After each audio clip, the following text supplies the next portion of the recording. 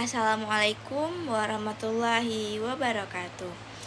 Jadi pada kesempatan kali ini saya mengambil dan akan membahas materi tentang bullying digital dan ujaran kebencian di grup WhatsApp kampus. Nah, topik yang pertama yaitu gibah digital, yaitu menyebarkan nilai orang lain tanpa izin. Teman-teman sekalian, apakah menyebarkan tanggapan layar nilai orang lain tanpa izin itu termasuk dalam gibah? Jawabannya iya, itu termasuk ke dalam gibah. Kenapa demikian? Karena nilai akademik seseorang itu bukan sekedar angka, tapi itu adalah privasi dan kehormatan. Jika nilainya rendah, menyebarkannya berarti kita sedang mempermalukan dan mengumbar aib orang tersebut. Namun meskipun nilainya tinggi, menyebarkannya tanpa izin juga tidak baik, karena bisa memicu rasa iri hati atau persaingan yang tidak sehat. Nah, secara bahasa, gibah adalah membicarakan hal-hal yang tidak disukai orang tersebut, meskipun apa yang kita katakan itu adalah benar adanya. Nah, jadi oleh karena itu hukumnya jelas haram. Hal ini sesuai dengan hadis riwayat Muslim, di mana Rasulullah SAW bersabda, "Tahukah kamu apa itu gibah? Yaitu engkau membicarakan sesuatu tentang saudaramu yang ia benci untuk didengarkan." Jadi, jangan sampai HP kita menjadi alat untuk berbuat dosa gibah.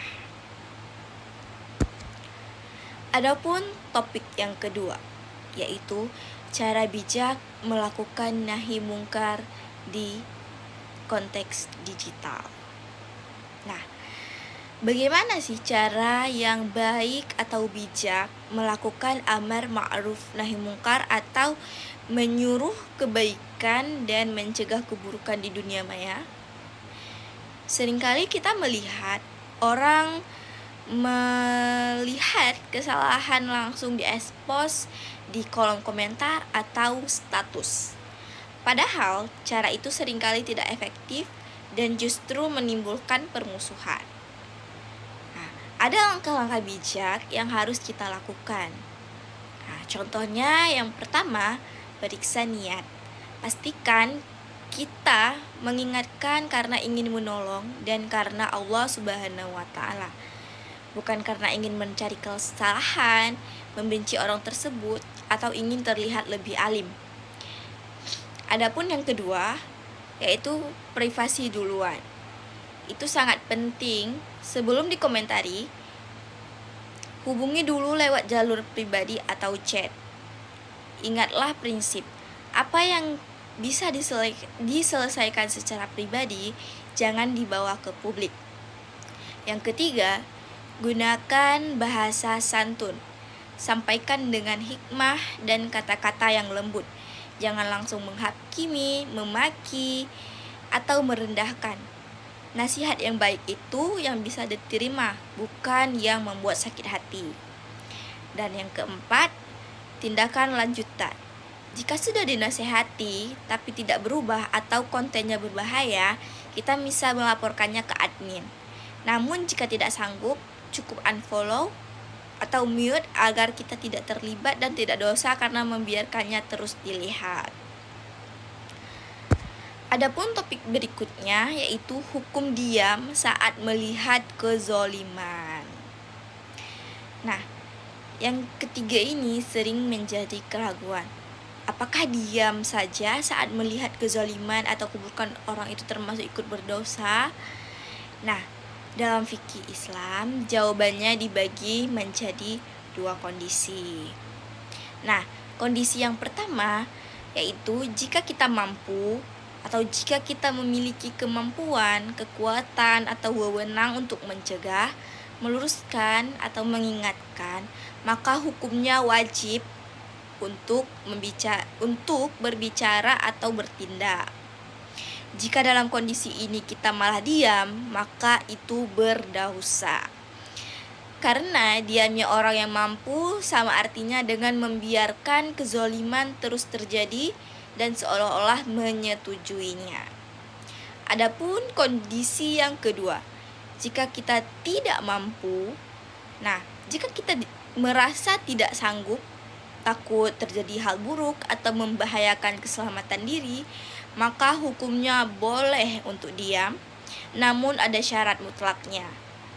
Syaratnya apa? Di dalam hati kita wajib membenci perbuatan zalim tersebut.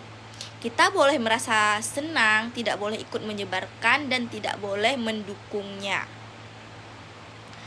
Sebagaimana sabda Nabi SAW, sebaik-baiknya jihad adalah mengucapkan kalimat yang benar di hadapan penguasa yang zalim.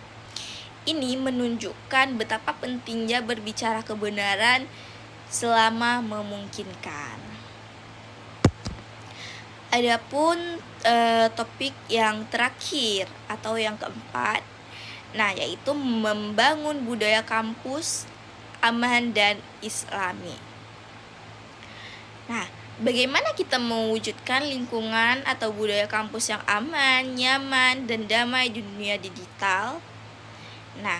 Yaitu dengan mengimplementasikan nilai-nilai ukhuwah atau persaudaraan dan rahmat atau kasih sayang. Adapun beberapa konkret yang bisa kita lakukan. Yang pertama, yaitu budaya menjaga privasi. Terapkan prinsip ask first before upload. Yaitu selalu tanya izin sebelum memposting data, foto, atau informasi milik orang lain. Hargai privasi seperti kita menghargai diri sendiri. Adapun yang kedua, yaitu budaya tasamuh atau toleransi. Berdiskusi dan berdebat itu hal biasa dan boleh saja, asalkan dilakukan dengan santun.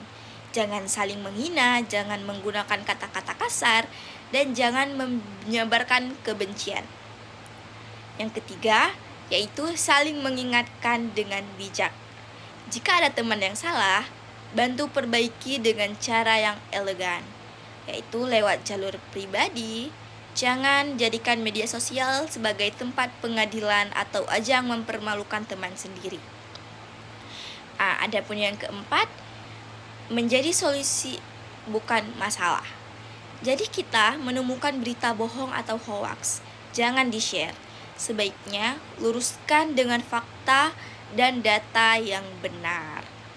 Dengan cara-cara tersebut, insya Allah kita akan memiliki ekosistem digital kampus yang bukan tempat permusuhan, melainkan tempat yang penuh kedamaian dan persaudaraan.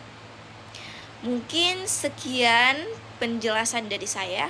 Mohon maaf apabila ada kesalahan dan kekurangan. Wassalamualaikum warahmatullahi wabarakatuh.